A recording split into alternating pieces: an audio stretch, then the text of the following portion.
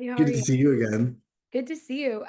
So you just came from New York Comic Con, and I want to know how that experience was being there and getting to kind of see everyone just react to you as a performer in like that space. I know you do Comic Cons a lot, but New York Comic Con always feels kind of like its own juggernaut of an event. Yeah, it was funny. I've never been to New York Comic Con. So the idea of walking around and seeing so many people in cosplay, like the participation level of that at that particular Comic Con was off the hook. To be fair, I was like sequestered in a back corner just doing press pretty much all day. So I didn't really get a chance to experience it like full force. Well, yeah, but you're teaming up with my favorite spooky guy, Mike Flanagan, who I love that Stephen King loving man so much. And so So it's fun like to see, people that we all love from not only just horror, but just like genres in general team up. What has it been like working with Flanagan to kind of get the tequila together, but also just like as a collaboration? well, it's two things. First of all, it's super it's just humble. I mean, I love being in his world, right? It's like I feel like all of not the cool kids, but the group that you want to be a part of is like sort of seeing you and sort of let you come in a little. Do you know, and they're not the cool kids, they're like sort of like the badass kids on the outside. Like, I don't know, there's something about like they are the cool kids, but only like the alt cool kids. Does that Mhm. make sense? Yeah. Like not like the football players, but like the goth kids are like, hey, come, we want to come to a concert. Um, so I do love that, and my hope is that I work with him for the rest of my life. I mean, that's just my hope. Um, he is, and that's just on the acting side. As a collaborator on this project, he's been incredible. I mean, he literally, he jumped in on it, and we said, hey, listen, we're thinking about 12 to 15,000 words for this novella. And he was like, I got a text at one point. He's like, hey, what if I go over? Is that okay? And we're like, yeah, if you're totally into it and you're like writing, like it's that thing where you're like, your girlfriend's like, hey, I think I love you. I want to see you every night. And you're like, oh, okay, yeah, that sounds amazing. Um, so the next thing we know, he was up near 80,000 words. And the book is incredible. Like the novella is amazing. It's the first time he's ever written a horror short story.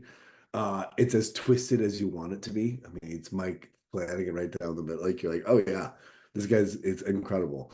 Um, and like it's just every step of the way, he's been like, what can I do to help? How can I, I'm going to post about it. Like, what are how do I sort of aid what we're doing?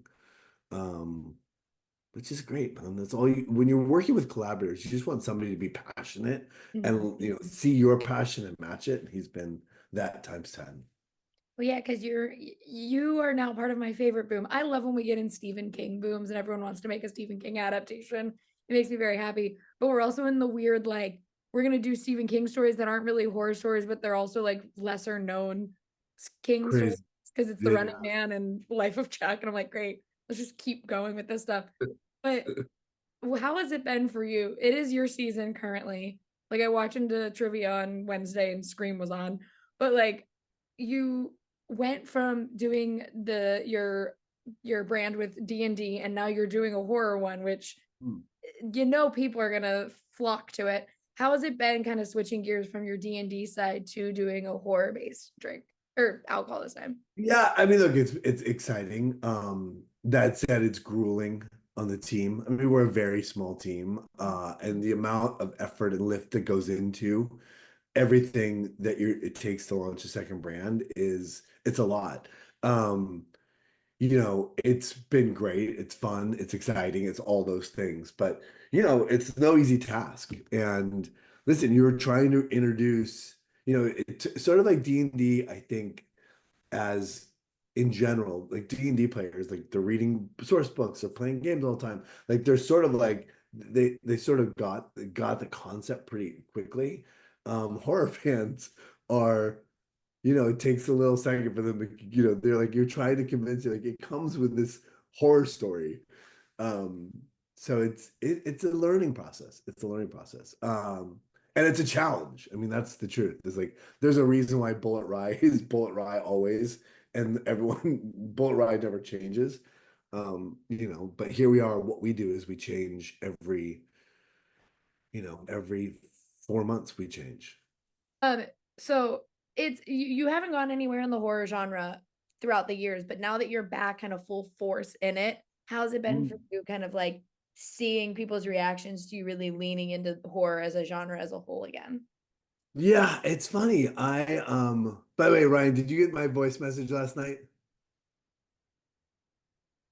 Okay, never mind. We'll talk about it I feel like later. I'm jumping into the middle of your interview. I haven't yet. No, Okay, what was it?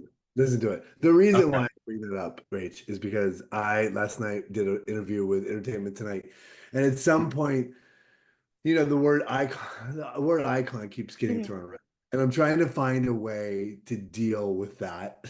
I'm trying to find a way to sort of identify and sort of like how it's a very strange thing that in this moment the world has identified me as like an important figure in Mhm. horror, which is hilarious because I've literally done four things in my life that are horror. I did 13 Ghosts, Scream, Five Nights at Freddy's, and now this cake thing. I mean, that's literally it.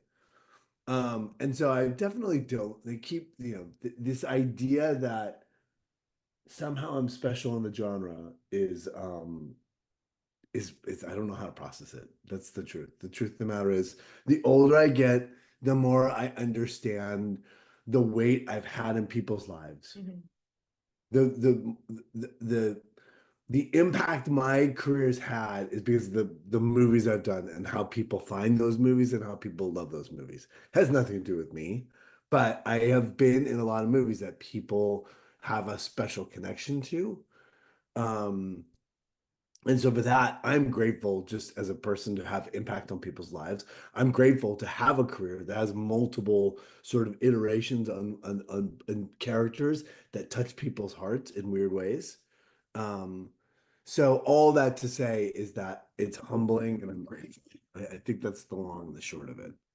Well, yeah, and I have two more questions. One being I have to explain my Halloween party and then what my costume is I to can't get wait. the point. So we're doing our Halloween party. We do themes every year. This year it's the 20th anniversary of 2004. And I am being live action Scooby-Doo from Scooby-Doo 2 Monsters Unleashed because I was like, oh wait, that's 20 years. How does that feel now that like there are so many people who are like, I'm 32. I remember watching those movies in theaters as a kid. Now are like full-grown adults who are like, I still love Scooby-Doo and Scooby-Doo 2 Right. Monsters Unleashed. Again, I don't know how that movie is more popular now than when it came out. I mean, that movie Oh, is that's why I will still watch it. right. It's crazy how like the kids today are still. I mean, I see that the skull, the Mhm. Skull Island, mirror ball. I see that tattoo constantly. So it's funny and I have that somewhere. It's gone. I don't know where that is. Um, oh, there it is. I have. You want to see something cool? Yeah. I don't have a lot in my room in terms of my career, but I have these like little cool pieces. And I have this, I love him. which they made for us. Oh my God, I love him. Isn't it cool? Yeah, but look, the long and short of it is that uh I think that it's bananas that people still care after all these years about that film and about Scooby-Doo. And I mean Scooby-Doo, the TV show, I understand its impact, but the movies, it's I'm constantly amazed that people care about those films.